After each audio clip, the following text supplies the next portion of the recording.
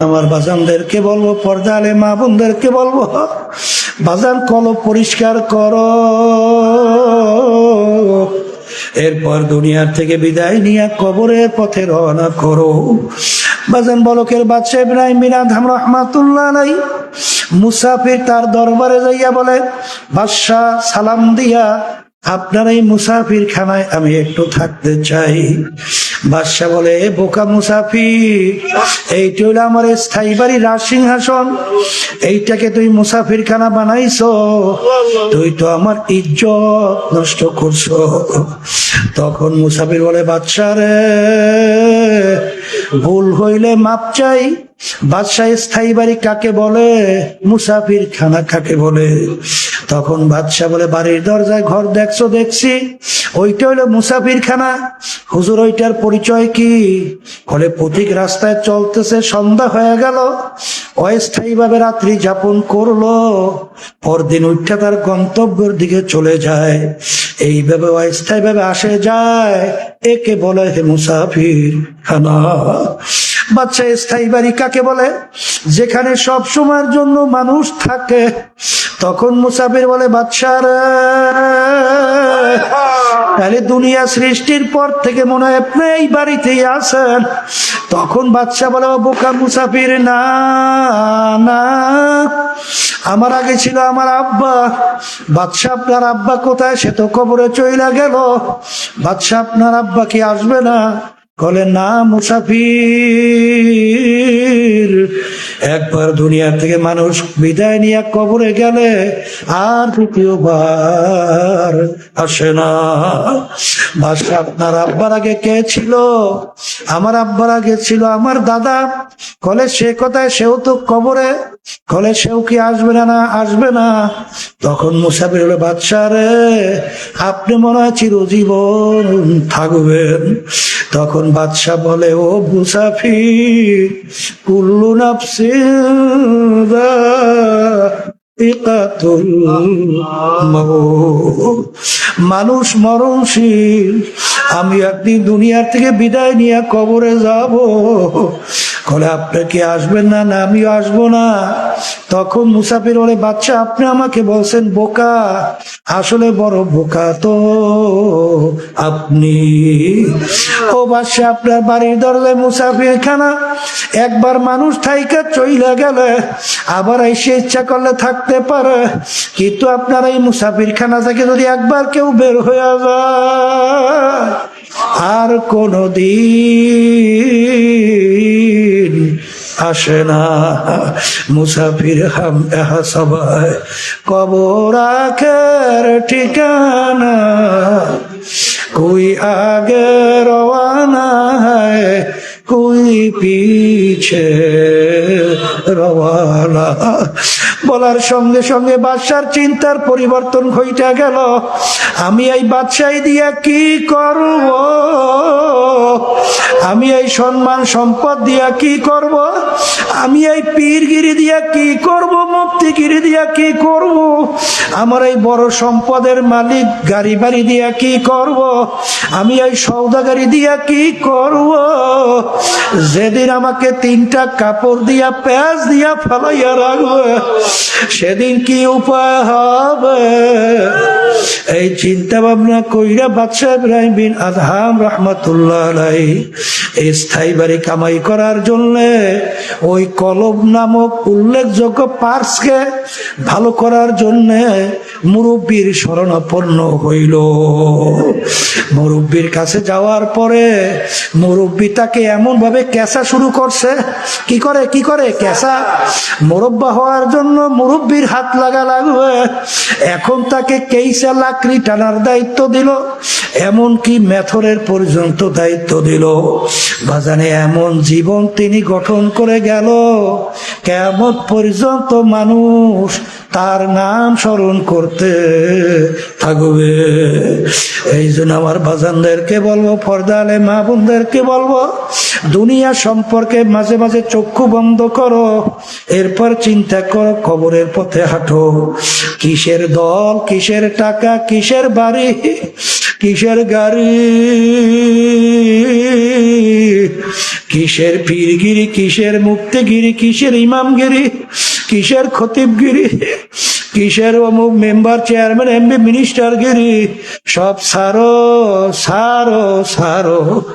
মালিকের পাগল হও, কলবকে ভালো করো, ইমানকে মজবুত করো, নির্ভেজাল করো, নেক আমল বাড়াও, তারপর দুনিয়া থেকে বিদায় নিয়ে কবরের পথে রওনা করো। আলহামদুলিল্লাহ, আলহামদুলিল্লাহ নাহমাদুহু ওয়া নাস্তাঈনুহু ওয়া নাস্তাগফিরুহু ওয়া নু'মিনু বিহি ওয়া নাতাওয়াক্কালু আলাইহি ওয়া নাউযু বিল্লাহি মিন শুরুরি আনফুসিনা মান ইয়াহদিহিল্লাহু ফালা মুদিল্লা লাহু ومن يضلله فلا هادي له ونشهد أن لا إله إلا الله وحده لا شريك له ونشهد أن محمدا عبده ورسوله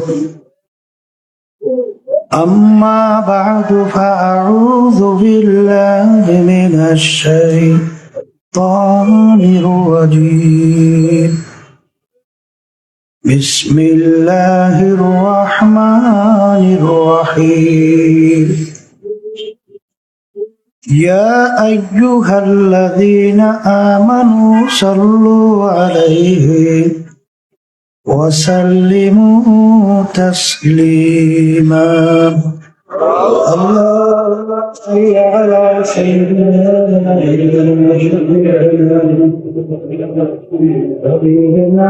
مولانا محمد صلى الله عليه وعلى آله وأصحابه وبارك وسلم اللهم صل على سيدنا ونبينا شفيعنا وحبيبنا ومولانا محمد صلى الله عليه وعلى آله وأصحابه وبارك وسلم اللهم صل على سيدنا ونبينا شفيعنا وحبيبنا ومولانا محمد صلى الله عليه وعلى آله وأصحابه وبارك وسلم أعوذ بالله من الشيطان الرجيم بسم الله الرحمن الرحيم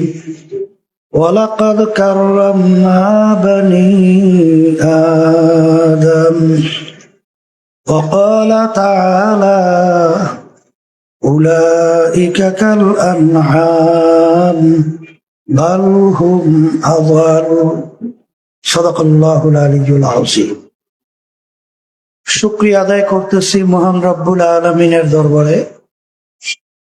রব্বুল আলামিন ফিতনা ফাসাদের যুগে দুনিয়ার সমস্ত কাজ থেকে বিরত রেখে উলামায়ে কেরামদের মজলিস, জাকিরিন, শাকিরিন, সাদিকিন, অনেক আল্লাহ খাস বান্দারাই মজলিসের মধ্যে আছে, যাদের সঙ্গে আমাদের জীবনের একটা সময় আল্লাহ রাব্বুল আলামিন কাটাবার সুযোগ করে দিচ্ছেন। শুকরিয়া তার সবাই বলি আলহামদুলিল্লাহ। অনেক লোকের কানে মাহফিলের দাওয়াত পৌঁছার পরে অনেকের সুযোগ থাকা সত্ত্বেও আসে নাই। আবার তালাশ করলে দেখবেন বহু দূর থেকে কষ্ট স্বীকার করে আমার অনেক ভাইরা এই মাহফিলে পাগলের মতো সুইটা চলে আসছে। মান জাদ্দা বজাদা, যে যেই জিনিস পাওয়ার জন্য চেষ্টা করে ওই জিনিসে পাইয়াও যায়। দাদাজান আব্বাজান চরমনের জমিনে ঘুমায় আসছে। আমার আব্বাজান বলতেন, দিনী মাহফিলে প্রথম থেকে শেষ পর্যন্ত থাইকা বাড়ি বিদায় হয়ে চলে গেলে আমল নামার মধ্যে কম পক্ষে হলেও 50 লক্ষ নেকি এর কম জমা হতেই পারে না। নিয়াত যাদের সহি, আল্লাহকে রাজি খুশির উদ্দেশ্যে যারা আসছি, রব্বুল আলামিন লক্ষ লক্ষ নেকি আমল নামায় দান করবে। একটা নেকির মূল্য সম্পর্কে অনেকে শুনে থাকতে পারেন। আল্লাহ রসুল সাল্লাল্লাহু আলাইহি ওয়াসাল্লাম অহুদ পাহাড়কে ইঙ্গিত করে বলছিলেন, পুরা পাহাড়টা যদি স্বর্ণের হয়ে যায়, এর যত মূল্য হবে তুলনা ছাড়া একটা নেকির মূল্য অনেক বেশি। একটা নেকির প্রয়োজন সম্পর্কে আল্লাহ রাব্বুল আলামিন কুরআনুল কারীমের ভিতরে বলছেন, ফামান ইয়ামাল মিসকালা যাররাতিন খায়রান ইয়ারাহ ওয়া মান ইয়ামাল মিসকালা যাররাতিন শাররান ইয়ারাহ। আল্লাহ বলছেন, যারা পরিমাণ তোমার যদি নেকি থাকে তার ফল তুমি ভোগ করতে পারবে, যারা পরিমাণ যদি গুনাহও থাকে তার ফল তোমার ভোগ করতে হবে। যারা কাকে বলে? কাপড় ধুইয়া নিগড়াইয়া রোদের ভিতরে ঝাড়া দিলে লক্ষ লক্ষ রেণু রেণু দেখা যায়, ওই এক একটা রেণুকে বলা হয় যাররা।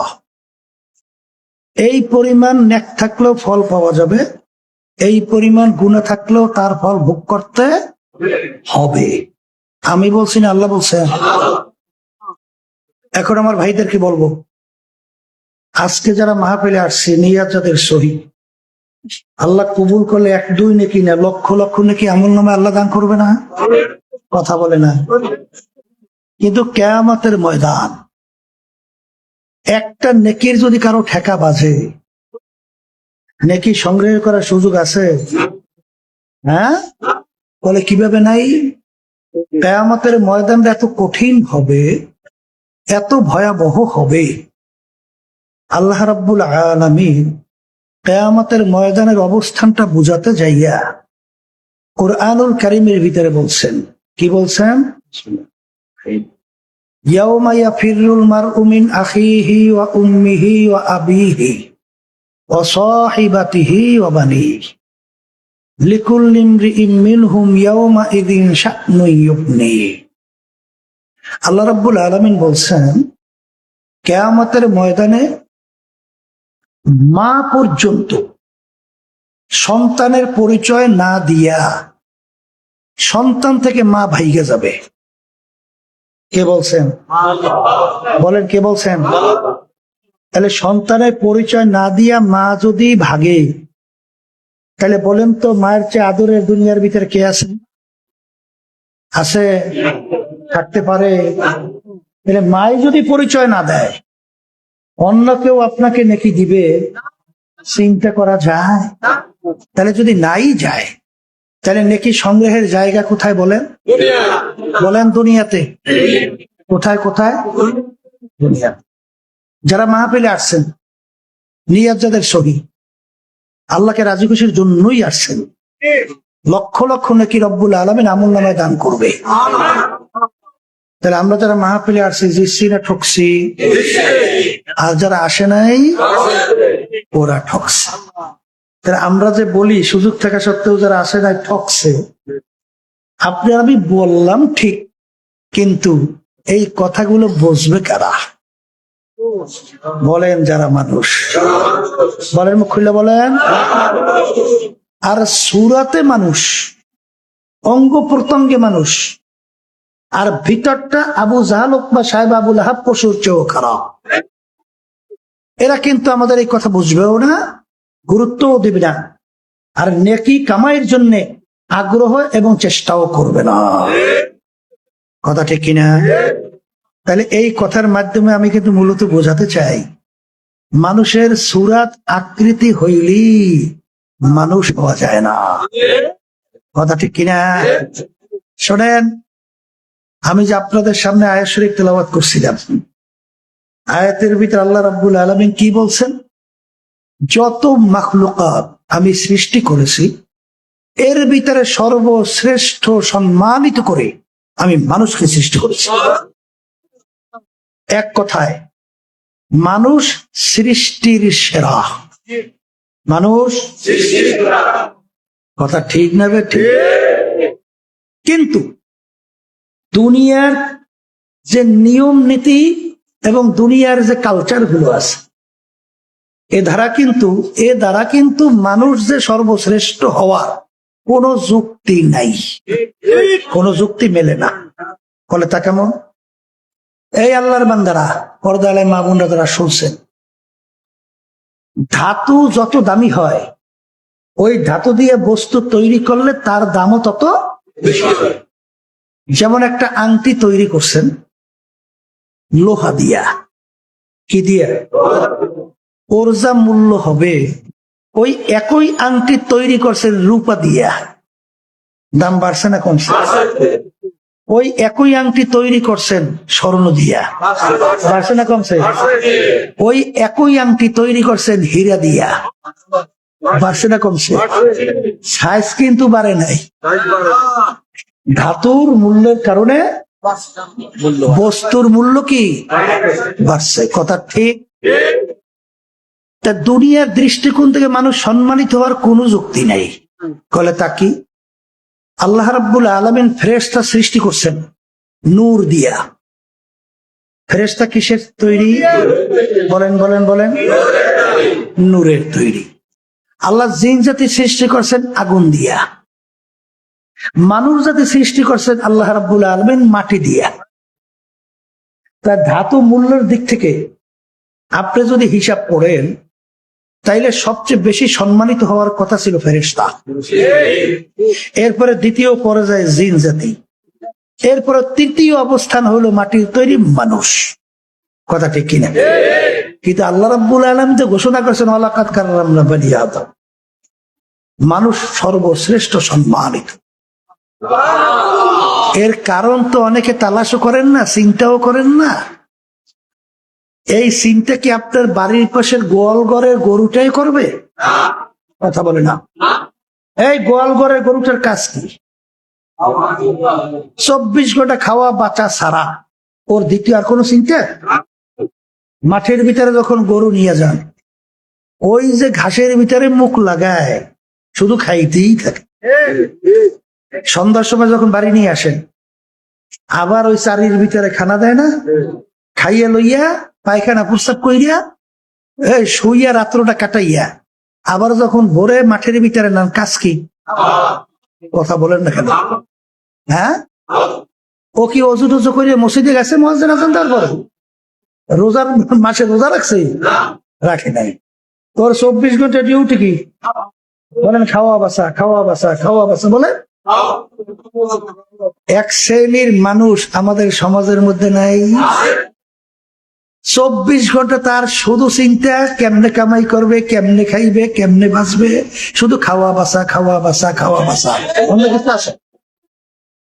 ঠিক।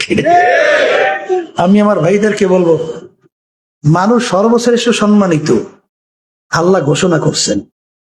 আবার আল্লাহ রাব্বুল আলামিন কিন্তু ওই যে অন্য আয়াত আমি তেলাওয়াত করছি, ওই আয়াতের ভিতরে আল্লাহ বলে এক শ্রেণীর মানুষ চতুষ্পায় জানোয়ারের মতো। আমি বলছি না, আল্লাহ বলছেন গরু ছাগল ভেড়া। এরপরে আল্লাহ বলতেছেন তার চেয়েও খারাপ। এরপরে অন্য আয়াতে আল্লাহ বলছেন শাররুল বারিয়া, এক শ্রেণীর মানুষ কুকুর, শ্রীগা, শুকুরের চেয়েও খারাপ। কে বলছেন? এখনই বুঝবেন। এই আবু জাহালের নাম শুনছেন? আবু জাহাল শুনছেন না? আল্লাহ রাসূল সাল্লাল্লাহু আলাইহি ওয়াসাল্লামের নাম শুনছেন? তাও শুনছেন না? এখন বলেন তো, আল্লাহ হাবিব সাল্লাল্লাহু আলাইহি ওয়াসাল্লাম, আবু জাহাল, এই দুইটা মানুষের ভিতরে কি পার্থক্য? এই জন্য কবি বলতেছেন, শোনেন, গর্বা সুরাত আদমে সাবুদে গর্বা সুরাত আদমে সাবুদে আহমদ বুদু জেহলে হাম এক সাবুদে। আল্লাহ রাসূল সাল্লাল্লাহু আলাইহি ওয়াসাল্লামকে দেখতে চোখের দিক থেকে, পায়ের দিক থেকে, কানের দিক থেকে, নাকের দিক থেকে, হাতের দিক থেকে, অন্যান্য অঙ্গ প্রত্যঙ্গের দিক থেকে আবু জাহাল এবং আল্লাহ হাবিবের ভিতরে অঙ্গ প্রত্যঙ্গে পার্থক্য কি? কথা বলেন না কেন? আসলে পার্থক্য? আবু জাহেলের চক্ষু কয়টা? আল্লাহ রাসূল সাল্লাল্লাহু আলাইহি ওয়াসাল্লাম চক্ষু কয়টা? হাতের দিক থেকে সমান না বেশি কম? পায়ের দিক থেকে?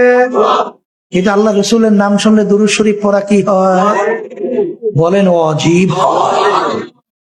আর আবু জাহালুর নাম শুনলে আমাদের জবান থেকে বের হয় লানাতুল্লাহি আলাইহি, আল্লাহর গজবের উপরে পড়ছে, আরো বেশি বেশি পড়ুন। কি বাহ্যিক কোনো পার্থক্য দেখা যায়? তাহলে একটা জায়গায় পার্থক্য আছে, বলেন একটা জায়গায় পার্থক্য আছে। যেমন ওমর রাদিয়াল্লাহু তাআলা আনহুর নাম শুনছেন? অর্ধেক দুনিয়ার রাজা তো করছিল না? বাংলাদেশের মতো প্রায় 200 দেশের রাজা, ঠিক কিনা? আচ্ছা, যখন কাফেরদের অন্তর্ভুক্ত ছিল ওমর ফারুক রাদিয়াল্লাহু তাআলা আনহু, এর চেয়ে জঘন্য দ্বিতীয় আর কেউ ছিল? আল্লাহর হাবিবকে কতল করতে রওনা করছে, খাপ থেকে তরবারি বের করে, যে আল্লাহ রাসূল সাল্লাল্লাহু আলাইহি ওয়াসাল্লামকে কতল করার জন্য রওনা করে, এর চেয়ে খারাপ দ্বিতীয় আর কেউ থাকতে পারে? তাহলে সবচেয়ে জঘন্য খারাপ, কথা ঠিক? অল্প সময়ের ব্যবধানে ওই খোলা তরবারি নিয়েই আল্লাহ রাসূল সাল্লাল্লাহু আলাইহি ওয়াসাল্লাম সহ সাহাবায়ে কেরামদেরকে নিয়ে রাজপথে প্রকাশ্যে নারায়ে তাকবীর, আল্লাহু আকবার স্লোগান দিয়ে ইসলামের পক্ষে রাস্তায় নামছিল কি নামে নাই? আচ্ছা, এখন বলেন তো, একটু আগের ওমর আর একটু পরের ওমর পার্থক্য হয়েছে? কই পার্থক্য? কই? আগে যখন নাকি আল্লাহর হাবিবকে কতল করতে রওনা করছে, চক্ষু ছিল কয়টা? আর এখন যে আল্লাহর হাবিব সহ ইসলামের পক্ষে নামছে, এখন চক্ষু 4টা। হ্যাঁ, তাহলে তখন ছিল হাত 2টা, এখন হাত 5টা না 2টাই? হাত পাও, অঙ্গ প্রত্যঙ্গ, কোন পার্থক্য? তাহলে কোন পার্থক্যের কারণে একটু আগে ছিল যেই মানুষটা সবচেয়ে জঘন্য খারাপ, সেই লোকটা এখন শ্রেষ্ঠ মাখলুকাতের মধ্যে হয়ে গেল? কোন জায়গায় পরিবর্তন হইল? তাহলে একটা জায়গায় পরিবর্তন হয়েছে, যদি বলেন কথা ঠিক কিনা? ওই জায়গাটা নাম হলো আল্লাহ। সবাই বলেন আলহামদুলিল্লাহ। তাহলে এক কথা আমি যেটা মূলত বোঝাতে চাই, মানুষের সম্মান বাড়ে কমে কলবের উপরে ভিত্তি কইরা, নট কোন বংশের উপরে ভিত্তি কইরা নয়। কোন পীর, মুফতি, মুহাদ্দিস, শাইখুল হাদিস, বড় শিক্ষিত, বড় সওদাগর, বড় অর্থ সম্পদের মালিক, বড় বাকচতুরতার ডক্টরেট, FRCS, MBBS, বড় বড় BCS ক্যাডার, এর উপরে মেম্বার, চেয়ারম্যান, MP, মিনিস্টার, এর উপরে ভিত্তি করে মানুষের সম্মান বাড়ে এবং কমে না। মানুষের সম্মান বাড়ে কমে ওই কলবের উপরে ভিত্তি কইরা। জোরে বলেন কথা ঠিক কিনা? একটা উদাহরণ দিলেই, বেশি উদাহরণ দেব না। বেলাল হাবশী রাদিয়াল্লাহু তাআলার নাম শুনছেন?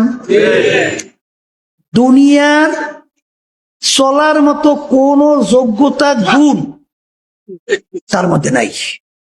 তাহলে হুজুরটা কি? দুনিয়ায় চলার জন্য বংশ বড় হওয়া লাগে, তাহলে সমাজে তার একটা দাম পায়, কথা ঠিক না? ঠিক। কিন্তু বেলাল হাবশী রাদিয়াল্লাহু তাআলার বংশ সবচেয়ে নিচু হাবশ বংশ। বংশের দিক থেকে কি বলেন? নিচু। আচ্ছা, ওদিকে আবার চেহারা সুরাতের দিক থেকে একেবারে কালো। কালো মানুষ দেখছেন? কালো মানুষ দেখেন না? কি ঢকপট আছে? এই তাহলে চেহারার দিক থেকেও কালো, নাই ঢকপট। ওদিকে আবার গোলামের ছেলে গোলাম, তার আব্বাও গোলাম, সেও গোলাম। গোলামের ছেলে গোলামের মূল্য কি? সমাজে থাকে? ওদিকে চেহারাও নাই, বংশও নাই, ওদিকে আবার গোলামের ছেলে গোলাম, ওদিকে আবার টাকা পয়সার দিক থেকে নিঃস্ব। গোলামের ছেলে গোলাম, পয়সা পাইবে কই? নাই পয়সা। ওদিকে আবার শিক্ষার দিক থেকে বকালাম, দস্ত কত জানে না। তাই দুনিয়া চলার জন্য যা গুণ একটাও আছে। ওদিকে আবার জবানটা বাজে তোতলা। কি দুনিয়া চলার জন্য কোনো গুণ আছে? কিন্তু আল্লাহ এবং আল্লাহ রসুলের কাছে তার সম্মান আসতে বলে, সম্মানের শেষ আছে। আল্লাহর হাবিবে সবে মেয়েরাজে গেছিলেন, বেহেশতের ভিতরে খরমের আওয়াজ। ভাই জিব্রাইল, কিসের খরমের আওয়াজ? বলে আপনার বেলালের খরমের আওয়াজ। আল্লাহু আকবার। আল্লাহ রাসূল সাল্লাল্লাহু আলাইহি ওয়াসাল্লাম যখন বেহেশতে ঢুকবে, যেই বাহনের উপর আল্লাহর হাবিব বসা থাকবে, সেই বাহনের রশিটা কার হাতে থাকবে? সুবহানাল্লাহ। তাহলে আল্লাহর হাবিব সাল্লাল্লাহু আলাইহি ওয়াসাল্লাম তাকে সহ বেলাল হাবশী রাদিয়াল্লাহু তাআলা আনহু প্রথম বেহেশতে ঢুকবে। কি বোঝে? কোন গুণ আছে? তাহলে কোন গুণ নাই। এত সম্মান বাড়লো কেন? বলেন এই কলবের উপরে ভিত্তি কইরা। কথা ঠিক? এখন আমার ভাইদেরকে বলবো, পর্দারে মা বোনদেরকে বলবো, শোনেন, এই যে বাড়ি ঘরের কাজ কর্ম সব ফালাইয়া এত রাত্র পর্যন্ত এই যে মাহফিলে বসে রয়েছেন, একটা লক্ষ্য উদ্দেশ্য আশা নাই? না নাই? না, উদ্দেশ্য ছাড়াই আইছে। আসলে একটা উদ্দেশ্য, সেই উদ্দেশ্যটা কি? চিরস্থায়ী শান্তির জায়গায় বেহেশতে যাব, আর জাহান্নামের আযাব থেকে মুক্তি পেয়ে জাহান্নাম থেকে মুক্তি পাবো। এই আশাই তো আসছি। আসতে বলে এই আশা আছে না? এখন আল্লাহ রাব্বুল আলামিন যারা বেহেশতে যাইতে চান, তাদের ব্যাপারে আল্লাহ রাব্বুল আলামিন শর্ত লাগাইছে কুরআনুল কারীমে। কি শর্ত? ইল্লা মান আতাল্লাহা বিকলবিন সালিম। আমার আল্লাহ বলেন, কলবে সালিম অর্থাৎ পরিষ্কার পরিচ্ছন্ন সুস্থ ভালো কলব ছাড়া আমার পবিত্র জায়গা বেহেশতের মধ্যে হবে না। তাহলে বেহেশতে যাওয়ার জন্য কোন কলব লাগবে? বলেন কলবে সালিম। একটু মুখ খুলে বলেন, ভিতরে ঢুকুক। হ্যাঁ, কলবে সালিম যারা বেহেশতে যাওয়া যায়। এ আল্লাহর বান্দারা, পর্দা আলে মা বোনেরা, আল্লাহ রাব্বুল আলামিন কুরআনুল কারীমের মধ্যে এক সূরার ভিতরে প্রায় 11টা কসম করার পরে আল্লাহ বলতেছেন, قد أفلح من زكاها وقد خاب من دساها। যারা কলব নামক ওই পার্সকে যারা ভালো করতে পারবা, তারাই নাজাত পাইয়া কামিয়াব হইয়া জান্নাতে যাবা। আর যারা কলব নামক পার্স যারা ভালো করতে পারবা না, তারা ধ্বংস হয়ে জাহান্নামে যাবা। কে বলছেন? আল্লাহ রাব্বুল আলামিন তার রাসূলকে দুনিয়াতে পাঠাইছে, কোনো কারণ নাই, উদ্দেশ্য নাই। আসতে বলে আছে আছে আছে। কেন পাঠাইছেন? আল্লাহ বলতেছেন, ইয়াতলু আলাইহিম আয়াতিহি ওয়া ইউযাক্কিহিম ওয়া ইউআল্লিমুহুমুল কিতাবা ওয়াল হিকমা। আল্লাহ রাব্বুল আলামিন বলেন, আমার রাসূলকে আমি দুনিয়াতে পাঠাইছি, পাঠানোর কারণের ভিতরে একটা কারণ হলো আমার রাসূল তার উম্মতদের আত্মশুদ্ধি করাইবে। সুবহানাল্লাহ বলেন না? মুখ বন্ধ করিয়া থাকলে সব ভিতরে ঢোকে। এই সুবহানাল্লাহ, আলহামদুলিল্লাহ, আল্লাহু আকবার বলতে হয় না? কে জোরে বলেন, কথা ঠিক না বেঠে? তাহলে এখন কি বুঝলেন? আত্মশুদ্ধি দরকার আছে। এখন বলতে পারেন, হুজুর আত্মশুদ্ধিটা কি? এই কলবের উল্লেখযোগ্য কতগুলো রোগ আছে, এই রোগগুলো যখন দূর হবে কলবটা ভালো, আর রোগগুলো যতক্ষণ থাকবে কলব খারাপ। কথা ঠিক? যাদের কলব ভালো হইবে, হুশ থাকতে জীবন থাকতে একটা মিথ্যা কথা কোনো দিন বলতে পারবে না। আসতে বলে কি বলতে পারবে না। বর্তমানে কিন্তু ইসলামের নামে দল বাইরেছে বাংলাদেশের মধ্যে। পা হইতে মাথা পর্যন্ত বলতে গেলে সব মিথ্যায় পরিপূর্ণ। তাহলে বুঝতে হবে কলব খারাপ। আমি বাজানদেরকে বলি, আল্লাহ রাসূল সাল্লাল্লাহু আলাইহি ওয়াসাল্লামের উপাধি কি ছিল? বলেন আল আমিন। উপাধি কি মুসলমান দেশ না বিজাতিরা দেশ? হলো আল আমিন মানে সত্যবাদী। এর সে সত্যবাদী আর থাকতে পারে না। আল্লাহ রসুলের উপাধি কি? বলেন সত্যবাদী। আচ্ছা, আবু বকর বলেন সিদ্দিক। কি পাইছেন লকব? সত্যবাদী। কথা বলে না। আল্লাহ রাব্বুল আলামিন হুকুম করেছেন ওয়াকুনু মাস সাদিকিন, তোমরা সত্যবাদীদের সঙ্গে স্পর্শে যাও, তাদের দলভুক্ত হও, তাদের সঙ্গে সম্পর্ক রাখো। কার হুকুম? তাই যারা ইসলামের নামে দল দাবি করিয়া মিথ্যা বলে, ওরা আল্লাহর হাবিবের দলভুক্ত হইতে পারে না। ওরা সাহাবায়ে কেরামদের দলভুক্ত হতে পারে না। ওরা আল্লাহর হাবিবের নির্দেশ অনুযায়ী তাদের সাথে সম্পর্ক আল্লাহর হুকুম অনুযায়ী রাখা যাবে না।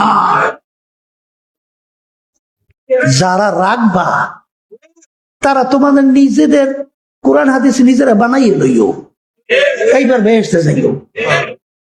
আল্লাহ এবং আল্লাহ রসুল যে কোরআন এবং হাদিস পাঠাইছে এবং আল্লাহর হাবিব যে হাদিস শুনে গেছে, এই কোরআন এবং হাদিস অনুযায়ী বেহেশতের রাস্তা আমরা দেখি না।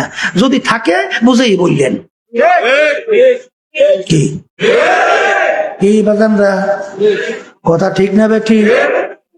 এই কোরআনুল কারীমে প্রত্যেক নামাজ আল্লাহ শিক্ষা দেয় ইহদিনাস সিরাতাল মুস্তাকিম।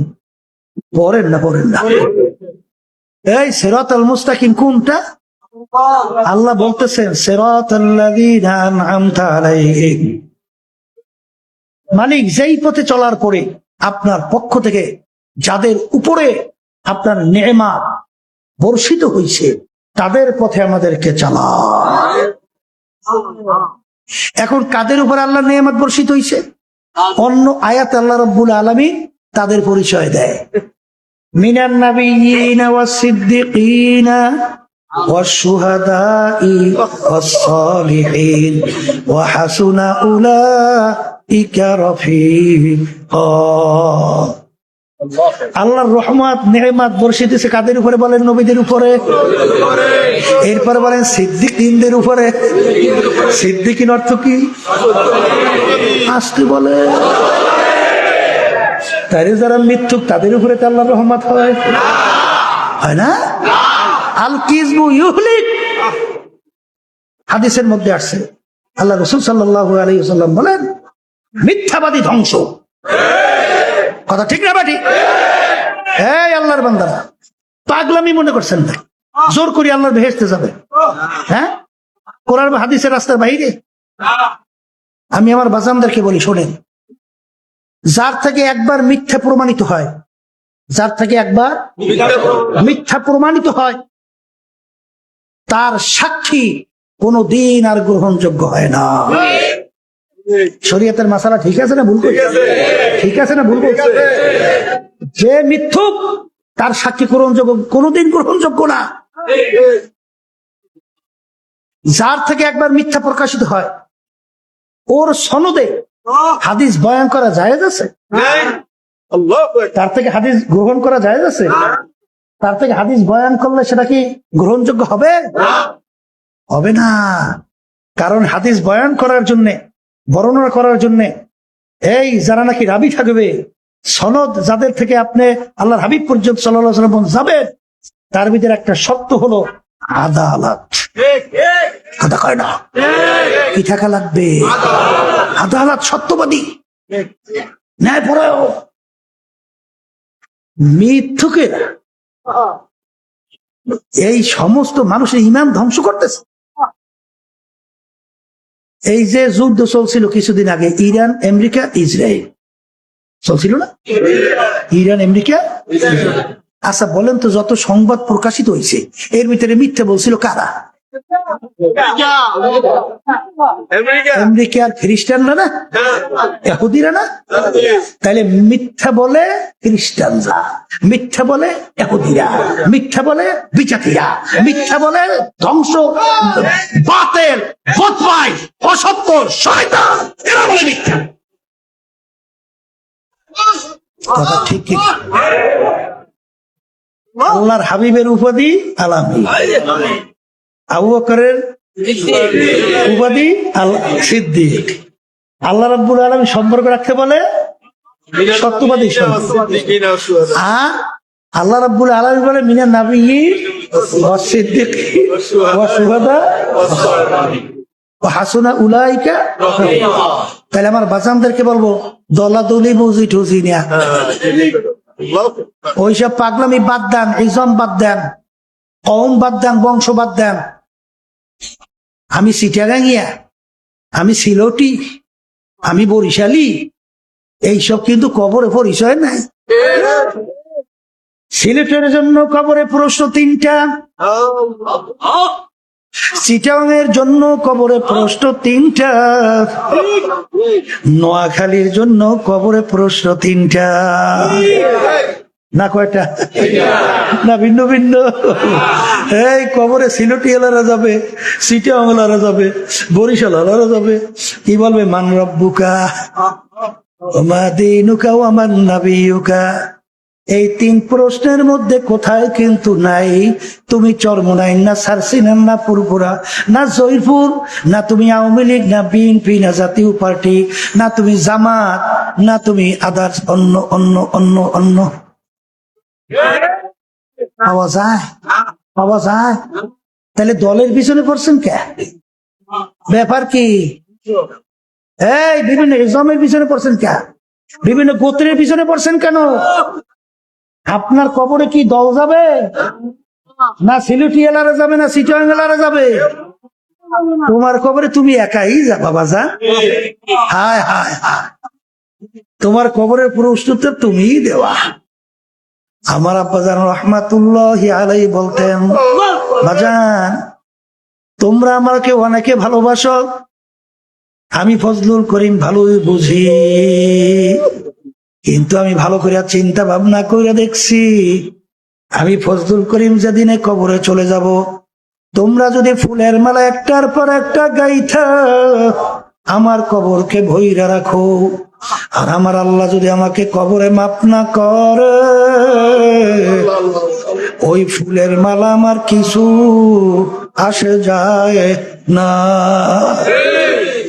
আর যদি তোমরা জুতার মালা একটার পর একটা গাইথা আমার কবরকে তোমরা ভইরা রাখো, আর আমার আল্লাহ যদি আমাকে কবরে মাপ কইরা দেয়, ওই জুতার মালা আমার কিছু আসে যায় না।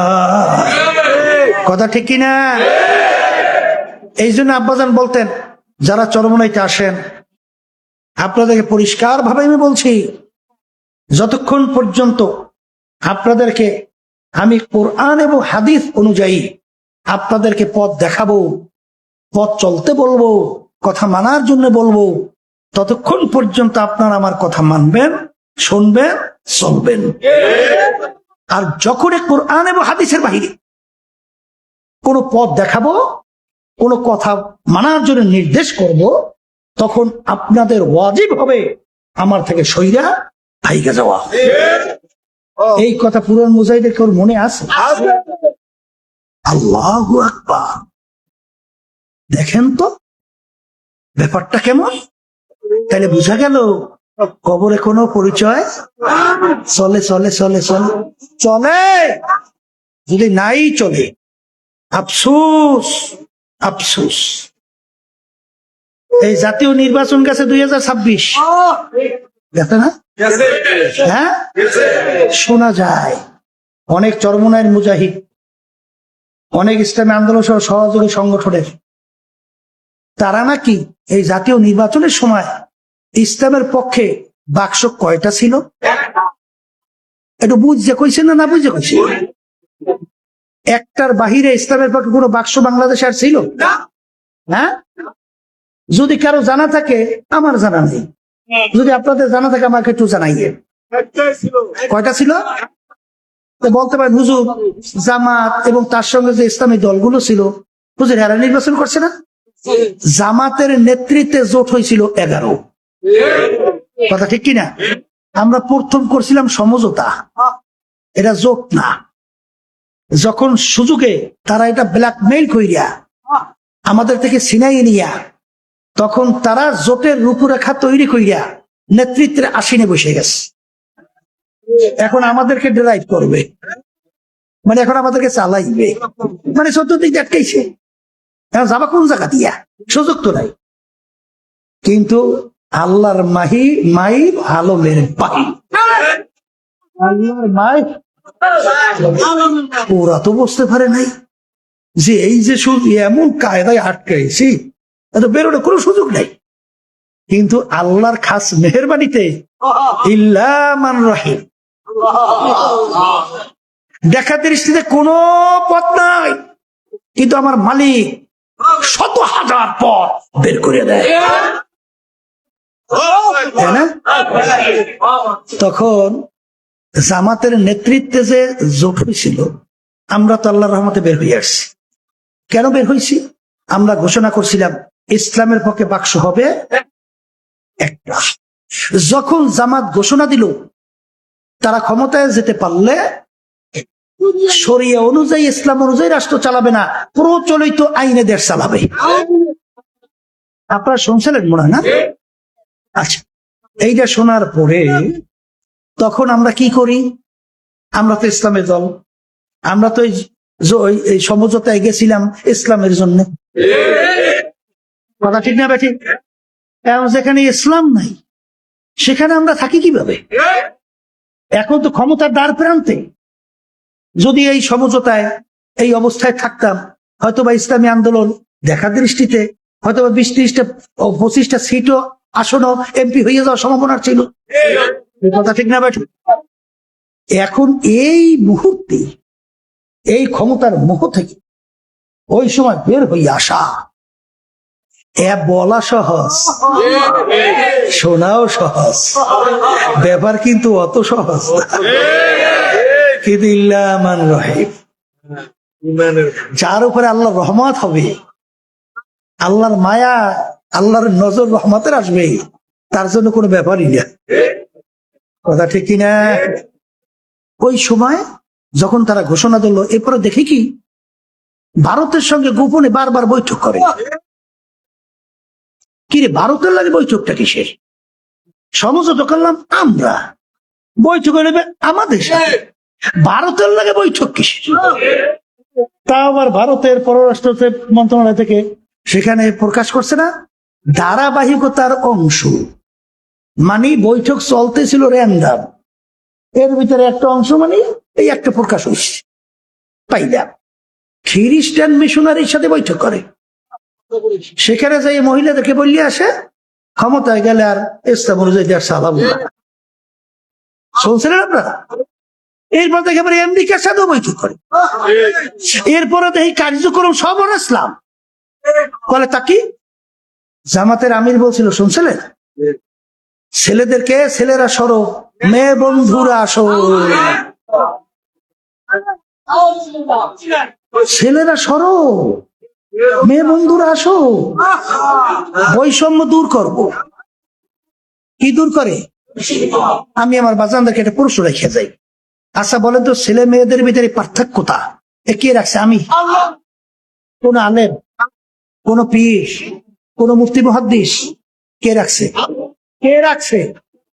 আচ্ছা, এই যে 43 বছর গেল স্বাধীনতার পরে, এই 43 বছর করে ইসলামী দল ক্ষমতায় ছিল, তারা রাষ্ট্র চালাইছে। তাহলে ইসলামী দল ক্ষমতায় না গেলে বৈষম্যের হারা বানায় নাই? কথা কয় না?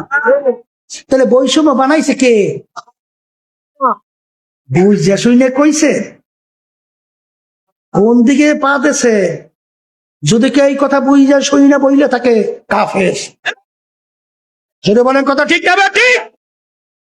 এই বৈষম্য এই দূরত্ব এবং এই পার্থক্যটা তো আমি করি নাই, এটা আল্লাহ করছে। তাহলে তুমি বৈষম্য দূর করে, আল্লাহ বৈষম্য করছে? আউযুবিল্লাহি মিন যালিক। আল্লাহ মাফ করেন আমাকে সহ সবাইকে। বুঝতে বলছে না বুঝতে বলছে আমি জানি না। এখন বিভিন্ন এই অবস্থার দেখার পরে বলেন তো আমরা ইসলামী দল ওখানে থাকতে পারি?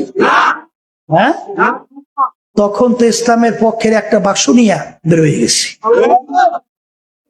বেরোয় যাওয়ার পরে খেয়াল করছিলাম কি, আমার মনে একটা খেয়াল ছিল যে যখন ইসলামের পক্ষে একটা বাক্স দিয়ে দেয় রয়েছি, তাহলে আলেম ওলামারা এবং দিনদাররা নামাজিয়া এইবার মনে হয় এই বাক্সের পক্ষে আওয়াজ তুললে সহযোগিতায় আল্লাহর ফজরে নামবে। কথাটা বুঝছেন? কিন্তু আর বললাম না, কথা বলছেন? কিন্তু আর বললাম, দুঃখই থাইকে গেল। ইসলাম আগাইবে কিভাবে? অনেকে আবার বিভিন্ন কায়দায় বলে এই পদ্ধতিটা তো না জায়েজ, গণতন্ত্র। কথা ঠিক না? এই আমাদের নীতিমালার ভিতরে কোন গণতন্ত্র রাষ্ট্র চালাবো আছে? আপনারা কি নির্বাচনী ইশতেহার আমার টেলিভিশনে ভাষণ শুনছিলেন? শুনছেন না? কি বলছি? পরিষ্কার বলি নাই যে আল্লাহ আমাদেরকে ক্ষমতায় নিলে ইসলাম অনুযায়ী, শরীয়ত অনুযায়ী দেশ চালাবো? না বলি নাই? তাহলে আমরা কি গণতন্ত্র প্রতিষ্ঠা করবো না ইসলাম?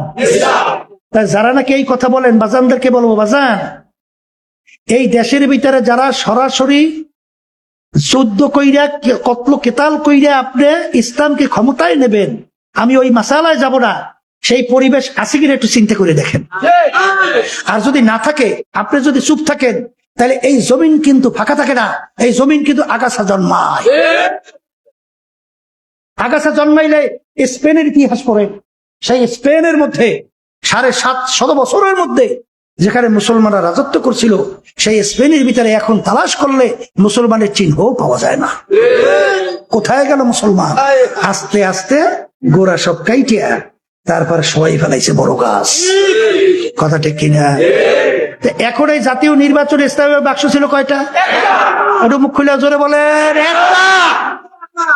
একটা যদি থাকে, এই একটা বাক্সের ব্যাপারে যারা চরমনাইয়ের মুজাহিদ দাবি করে, মুরিদ, যারা ইসলামী আন্দোলন, সহযোগী সংগঠন, কোরআন শিক্ষা বোর্ডের কমিটি, হালকা তালিম কমিটি, যদি কেউ ওই জাতীয় নির্বাচনে এই ইসলামের পক্ষে বাক্সে একটা ভোট বাড়াবার জন্য চেষ্টা না করে চুপ রয়েছে, কি রয়েছে? বলেন, মুখ খুলে বলেন, চুপ। দ্বিতীয় পর্ব হইল তলে তলে অন্য প্রার্থীর পক্ষে কাজ করছে, আর এক শ্রেণী যারা প্রকাশ্যে কাজ করছে। এই 3 শ্রেণী পাইছি না?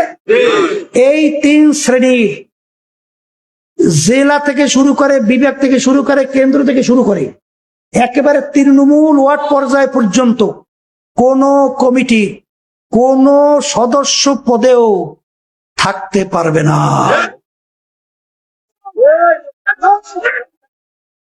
শোনেন, ভালো করে বুঝলাম, এখানে কিন্তু অত পণ্ডিত লাগবে না, অত বাকচতুরতা লাগবে না, অত বড় ধনীও লাগবে না। ওই সব বাদ দিয়া বলে হুজুর কমিটি করতে 35 জন লাগে, মুজাহিদ কমিটি লাগবে না, 5 জন পাইছেন, আল্লাহ 5 জন দিয়ে কমিটি করবেন। কোন জায়গায় যদি না পান, ওয়ার্ডে খালি থাকবে, কারণ দুষ্ট গরুর চেয়ে শূন্য আতাল ভালো। এই কথার যদি কোনো ব্যতিক্রম, কোন দায়িত্বশীল কমিটি বানানোর ব্যাপারে দুর্বলতা দেখান, আপনারা আমিরের হুকুম অমান্য করেছেন, আর যতক্ষণ পর্যন্ত শরিয়া বিরোধী আমির হুকুম না করবে, ততক্ষণ পর্যন্ত আর হুকুম মানে ইসলামী দলের আমিরের ওয়াজিব। এরপরেও যদি কেউ চালাকি করে, তাহলে এই সংগঠনের সাথে আপনি জড়াবেন না। আপনার জন্য যেটা ভালো লাগে সেদিকে যান। এখানে কোন ক্লিয়ার ক্লিয়ার ক্লিয়ার ক্লিয়ার কোন প্রয়োজন নাই, একেবারে কাটছিট কথা, পরিষ্কার কথা, ঠিক না? ঠিক। আমার বাজানদেরকে বলো, পর্দা আলে মা বোনদেরকে বলো, কেন কেন আমরা কিন্তু ইসলামকে ক্ষমতায় নেওয়ার ঠিকাদারি নিয়ে আসি নাই, আমাদের দায়িত্ব কর্তব্য শুধুমাত্র চেষ্টা করা। নূহ আলাইহিস সালাতু ওয়াস সালাম 950 বছর ফেরায় দাওয়াত দিয়ে কয়জন মুসলমান হয়েছিল? ওই 80 কম বেশি 950 বছর। এতে আমার আল্লাহর নবী নবুয়তি খাই, ঠিক আছে? হ্যাঁ, পারছে। অনেকে আবার হাসতামশা করে, অনেকে বলে যে সরমনের মাঠ খালি, সরমনে পিছিয়ে মাহফিল হয় না, লোক হয় না। ওরা মনে মনে খুশি, আমরা যে অন্যদিক দিয়ে খুশি এত ওরা বোঝে না। ভেজাল কমে শনির যদি অল্প হয়, ওর ভিতরে আনন্দ মজা বরকত আলাদা। আর ভেজাল যদি বোঝাই, ও বিপদে শেষ নেই। কথা ঠিক না?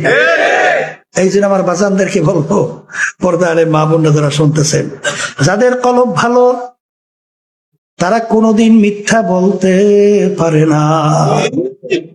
যাদের কলব ভালো, হুব্বুদ দুনিয়া রাসু কুল্লি খাতিয়াতিন, আল্লাহর হাবিব সাল্লাল্লাহু আলাইহি ওয়াসাল্লাম বলেন, সমস্ত গুনার মূলই হলো দুনিয়ার মোহ, দুনিয়ার মোহাব্বত, পদের মোহাব্বত, ক্ষমতার মোহাব্বত, দলের মোহাব্বত। বাজান রে, এইটা হলো গুনার মূল। হব্বে যা হব্বে মাল, এইটা কলবের রোগ। বলেন না কিসের রোগ? কিসের রোগ? হায় হায় হায় হায়, এই কলবের রোগ দূর করা লাগবে। আমার বাজানদেরকে বলবো, পর্দারে মা বোনদেরকে বলবো, যাদের কলব আল্লাহর ফজল করমে ভালো হবে, হুঁশ থাকতে, জীবন থাকতে কোন মানুষকে কষ্ট দিতে পারে না। কথা বলে না? যাদের কলব ভালো হবে, কোনোদিন চাঁদাবাজি করতে পারে না, তারা দুর্নীতি করতে পারে না, মানুষকে খুন করতে পারে না, বিভিন্ন মিথ্যা কেসের মাধ্যমে মানুষের সংসার ধ্বংস করতে পারে না। কথা বলে না? পারে পারে পারে? তাই যদি নাই পারে, আমার বাজানদেরকে বলবো, পর্দারে মা বোনদেরকে বলবো, বাজানরে আল্লাহ রাব্বুল আলামিন তার হাবিবকে দুনিয়াতে পাঠাইলেন কিসের জন্য? ইয়াতলু আলাইহিম আয়াতিহি ওয়া ইউযাক্কিহিম ওয়া ইউআল্লিমুহুমুল কিতাবা ওয়াল হিকমা। এই জন্য আমার বাজানদেরকে বলবো, পর্দারে মা বোনদেরকে বলবো, বাজান কলব পরিষ্কার করো, এরপর দুনিয়ার থেকে বিদায় নিয়ে কবরের পথে রওনা করো। বাজান বলকের বাদশা ইব্রাহিম বিন আদহাম রাহমাতুল্লাহ আলাইহি মুসাফির তার দরবারে যাইয়া বলে, বাদশা সালাম দিয়া, আপনার এই মুসাফির খানায় আমি একটু থাকতে চাই। বাদশা বলে, এ বোকা মুসাফির, এইটা হলো আমার স্থায়ী বাড়ি, রাজসিংহাসন, এইটাকে তুই মুসাফির খানা বানাইছো, তুই তো আমার ইজ্জত নষ্ট করছো। তখন মুসাফির বলে, বাদশা রে, ভুল হইলে মাপ চাই। বাদশা স্থায়ী বাড়ি কাকে বলে, মুসাফির খানা কাকে বলে? তখন বাদশা বলে, বাড়ির দরজায় ঘর দেখছো? দেখছি, ওইটা হইলো মুসাফির খানা। হুজুর, ওইটার পরিচয় কি? বলে, প্রতীক রাস্তায় চলতেছে, সন্ধ্যা হয়ে গেল, অস্থায়ী ভাবে রাত্রি যাপন করলো, পরদিন উঠে তার গন্তব্যের দিকে চলে যায়, এইভাবে অস্থায়ী ভাবে আসে যায়, একে বলে হে মুসাফির খানা। বাদশা স্থায়ী বাড়ি কাকে বলে? যেখানে সব সময়ের জন্য মানুষ থাকে। তখন মুসাফির বলে, বাদশা রে, তাহলে দুনিয়া সৃষ্টির পর থেকে মনে হয় আপনি এই বাড়িতেই আছেন। তখন বাদশা বলে, বোকা মুসাফির, না না, আমার আগে ছিল আমার আব্বা। বাদশা, আপনার আব্বা কোথায়? সে তো কবরে চইলা গেল। বাদশা, আপনার আব্বা কি আসবে না? বলে, না মুসাফির, একবার দুনিয়া থেকে মানুষ বিদায় নিয়ে কবরে গেলে আর দ্বিতীয়বার আসে না। বাদশা, আপনার আব্বার আগে কে ছিল? আমার আব্বার আগে ছিল আমার দাদা। কলে, সে কোথায়? সেও তো কবরে। কলে, সেও কি আসবে না? না, আসবে না। তখন মুসাফির হলো, বাদশা রে, আপনি মনে হয় চিরজীবন থাকবেন। তখন বাদশা বলে, ও মুসাফির, কুল্লু নাফসিন যায়িকাতুল মাউত, মানুষ মরণশীল, আমি একদিন দুনিয়ার থেকে বিদায় নিয়ে কবরে যাব। বলে আপনি কি আসবেন না? না আমিও আসবো না। তখন মুসাফির বলে বাচ্চা আপনি আমাকে বলছেন বোকা, আসলে বড় বোকা তো আপনি। ও বাদশা আপনার বাড়ির দরজায় মুসাফির খানা, একবার মানুষ থাইকা চইলা গেলে আবার এসে ইচ্ছা করলে থাকতে পারে, কিন্তু আপনার এই মুসাফির খানা থেকে যদি একবার কেউ বের হয়ে যায় আর কোনদিন আসে না। মুসাফির হাম এহা সবাই কবর আখের ঠিকানা, कोई आगे रवाना है कोई पीछे रवाना। বলার সঙ্গে সঙ্গে বাদশার চিন্তার পরিবর্তন ঘটে গেল। আমি এই বাদশাহী দিয়া কি করব? আমি এই সম্মান সম্পদ দিয়া কি করব? আমি এই পীরগিরি দিয়া কি করব? মুফতিগিরি দিয়া কি করব? আমার এই বড় সম্পদের মালিক গাড়ি বাড়ি দিয়া কি করব? আমি এই সওদাগারি দিয়া কি করব? যেদিন আমাকে 3টা কাপড় দিয়া পেঁয়াজ দিয়া ফালাইয়া রাখবে সেদিন কি উপায় হবে? এই চিন্তা ভাবনা কইরা বাদশা ইব্রাহিম বিন আদহাম রাহমাতুল্লাহ আলাইহি স্থায়ী বাড়ি কামাই করার জন্য ওই কলব নামক উল্লেখযোগ্য পার্সকে ভালো করার জন্য মুরব্বীর শরণাপন্ন হইল। মুরব্বীর কাছে যাওয়ার পরে মুরব্বী তাকে এমন ভাবে কেসা শুরু করছে। কি করে কেসা? মুরব্বা হওয়ার জন্য মুরব্বীর হাত লাগবে। এখন তাকে কেইসা লাকড়ি টানার দায়িত্ব দিল, এমনকি মেথরের পর্যন্ত দায়িত্ব দিল। বাজানে এমন জীবন তিনি গঠন করে গেল, কিয়ামত পর্যন্ত মানুষ তার নাম স্মরণ করতে থাকবে। এই জন্য আমার বাজানদেরকে বলবো, পর্দা আলে মা বোনদেরকে বলবো, দুনিয়া সম্পর্কে মাঝে মাঝে চক্ষু বন্ধ করো, এরপর চিন্তা করো কবরের পথে হাঁটো। কিসের দল, কিসের টাকা, কিসের বাড়ি, কিসের গাড়ি, কিসের পীরগিরি, কিসের মুফতিগিরি, কিসের ইমামগিরি, কিসের খতিবগিরি, কিসের অমুক মেম্বার, চেয়ারম্যান, এমপি, মিনিস্টারগিরি, সব সারো সারো সারো। মালিকের পাগল হও, কলবকে ভালো করো, ইমানকে মজবুত করো, নির্ভেজাল করো, নেক আমল বাড়াও, তারপর দুনিয়া থেকে বিদায় নিয়ে কবরের পথে রওনা করো। কারণ বাজান রে, ইস্কান্দার বাদশা তামাম দুনিয়ার বাদশাহী করছিল। এন্তেকালের আগে ওসিয়াত করলো, আমার এন্তেকালের পরে আমাকে গোসল করাইয়া, কাপড় পরাইয়া, হাত 2টা বাহিরে রাইখা, খাটের ভিতরে উঠাইয়া, শহরটাকে ঘুরাইয়া, তারপর আমাকে দাফন কইরো। তিনি দুনিয়া থেকে বিদায় হওয়ার পরে খাটের ভিতরে উঠাইয়া, হাত 2টা বাহিরে রাইখা, শহরটাকে ঘুরায়। যারা বোঝে না তারা বলে, দেখছো বাদশা জীবন আমাদের থেকে খাজনা এবং ট্যাক্স নিল, এখন মরার পরেও কেমন হাত পাইতে আছে, মনে হয় খাজনা এবং ট্যাক্স।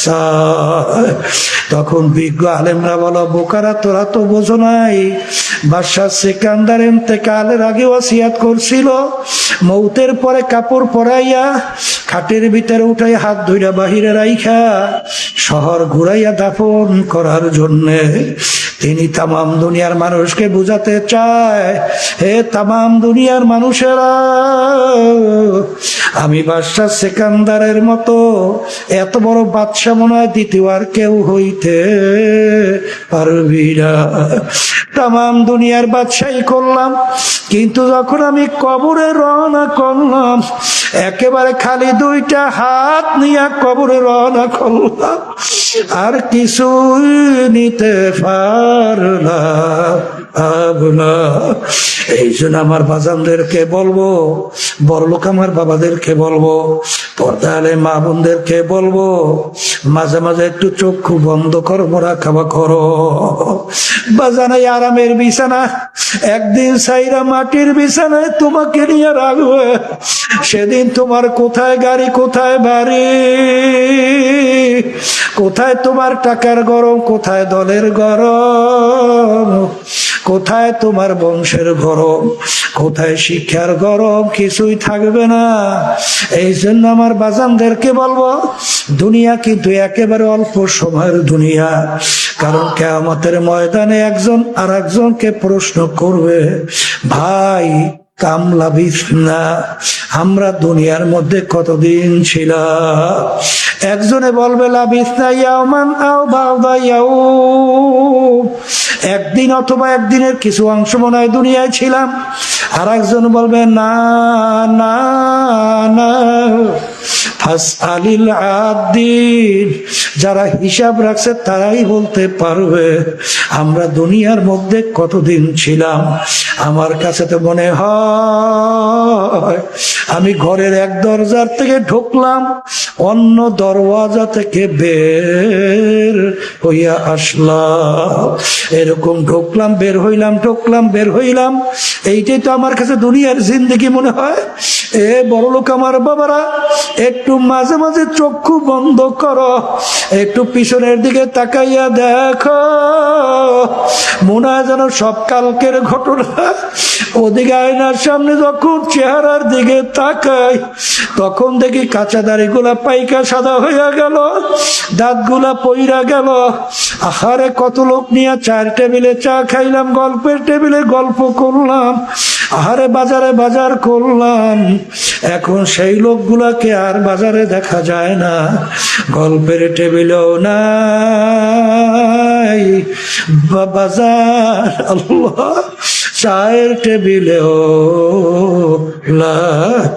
এখন মনকে বুঝো রে মন, এমন তো একদিন আসবে দুনিয়ার সবকিছু তার নিয়ম অনুযায়ী চলবে, কিন্তু তুমি আর আমি আর থাকবো না। আমাকে ঘর থেকে নামাইয়া যাই কবরে রাখবে, সবাই আমাকে মাটি দিয়া বাড়িতে আসবে, যার যার কাজে লিপ্ত হবে। তোমার আমার কবর অন্ধকার, ওই অন্ধকারে যদি আমার মালিক বাতি না জ্বালায়, ওই কবর তো আর পরিষ্কার হবে।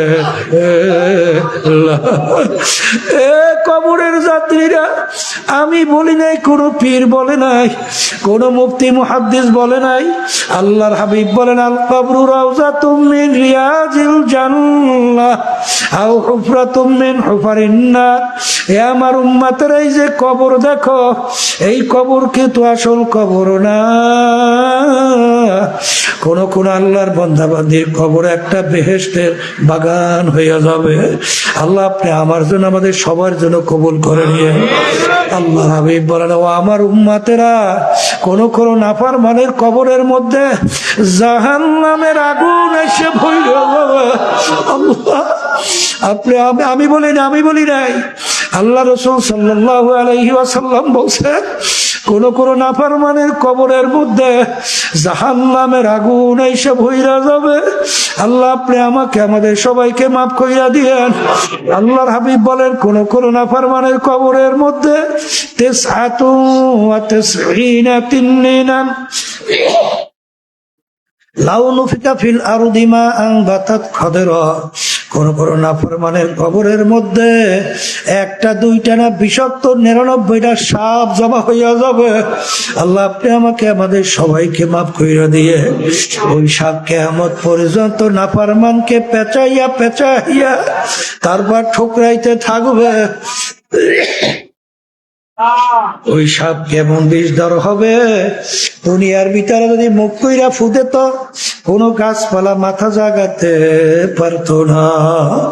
এই জন্য আমার ভাইদেরকে বলবো, পর্দা আলে মা বোনদেরকে বলবো, মুসলমান বলতে কিন্তু মন চায় গুনার থেকে ফিরা নেকের কাজ কইরা, ইমানকে নির্ভেজাল মজবুত কইরা, কলবকে ভালো কইরা, চোখে পানি নিয়ে তারপর কবরে যাবে। কিন্তু বাজান শয়তান এবং নাফসে আম্মারা তোমার আমার পিছনে শত্রু হিসাবে আমাদেরকে গুনার দিকে উদ্বুদ্ধ করে, নেকের থেকে ফিরাইয়া রাখে এবং দুনিয়াকে চাকচিক্যময় কইরা তোমার আমার সামনে এমন ভাবে উপস্থাপন করে, আল্লাহ বলেন ওদিকে তোমার আমার দিল মন সুইকে যায়। এই জন্য বাঁচার জন্য আমার মালিক হুকুম করছেন, ওয়াকুনু মা'আস সাদিকিন, তোমরা সাদিকিন বান্দাদের সঙ্গী হইয়া যাও। বাজান কোনো দলাদলি বুঝি না, পীর মুরিদি বুঝি না, আমাদের উদ্দেশ্য হলো ঈমানকে নির্ভেজাল করা, নেক আমল বাড়ানো, গুনার থেকে ফেরা, চোখে পানি কলব নিয়ে তারপর মালিকের কবরে যাওয়া। আর কলব যদি পরিষ্কার না হয় ওই কলবের জায়গা কিন্তু জাহান্নাম ছাড়া হবে না। আমার মালিক বড় দয়ার, বড় মায়ার।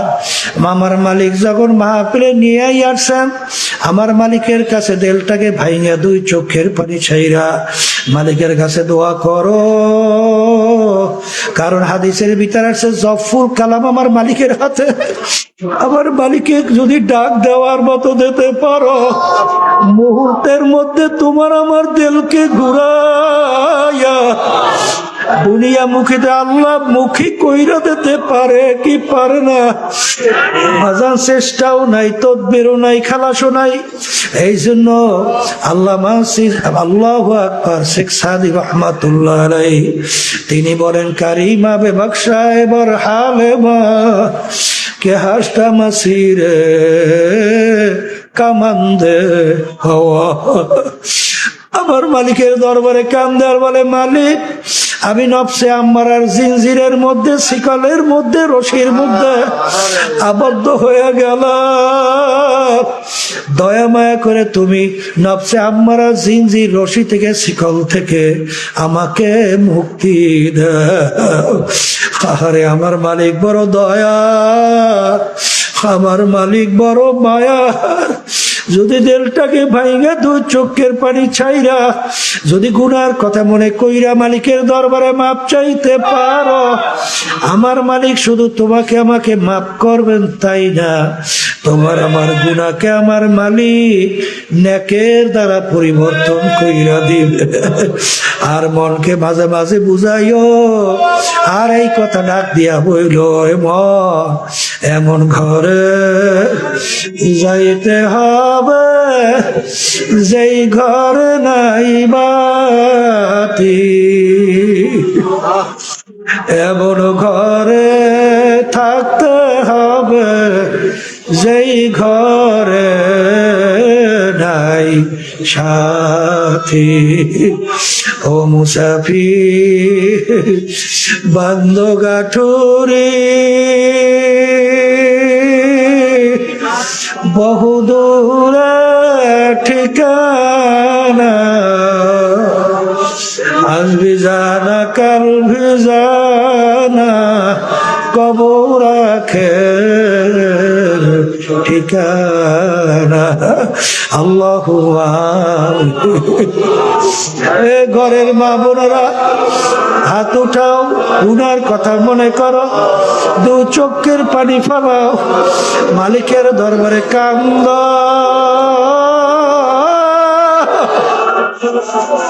আর মালিকের দরবারে মাপ চাও, মাপ চাও। যদি কান্না না আসে মন কেন ধরে মন? একদিন এই ঘরের দরজা দিয়া নতুন বউ হইয়া উঠছিলা রে মন, কত মেয়ে লোকে শরবত খাওয়াইল, কত মেয়ে লোকে বাতাস করলো, আবার এমন একটা দিন আসবে এই ঘরের দরজা দিয়া মরা লাশ হইয়া বের হবা। ছেলে কানবে মামা করে, মেয়ে কানবে মা করে, জবাব তো আর দিবা না। আল্লাহ, আপনি একটু এই মাহফিলের মাঠের দিকে চাইয়া দেখে, মালিক আপনি একটু চাইয়া দেখে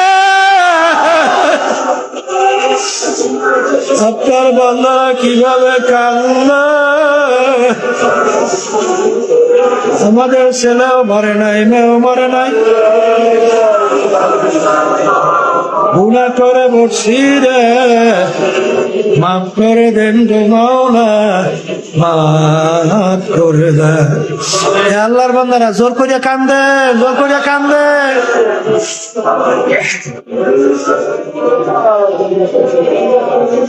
সম্পদ নষ্ট হয়ে গেলে চোখের ভিতরে পানি আসে, সন্তান নষ্ট হয়ে গেলে চোখের ভিতরে পানি আসে।